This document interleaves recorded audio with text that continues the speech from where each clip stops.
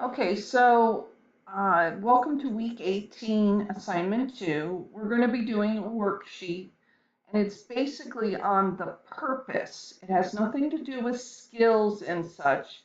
It's the purpose of PowerPoint.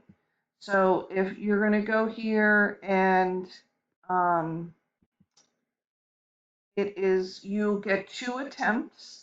So it should tell you the correct answers if you don't get it. And um, there is a video and an article that will give you the answers to these. Okay, so here's some information. There's the video and PowerPoint again.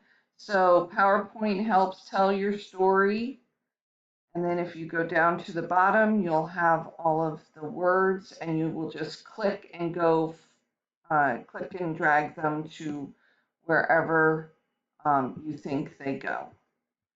Okay, once you are done, you'll hit review and then you'll hit submit.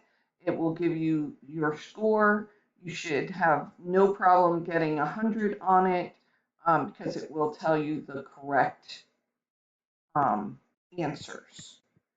If you have any problems or questions, please let me know and I will help you. If not, have a wonderful, wonderful week, a short week, but have a good week, and I will talk to you soon.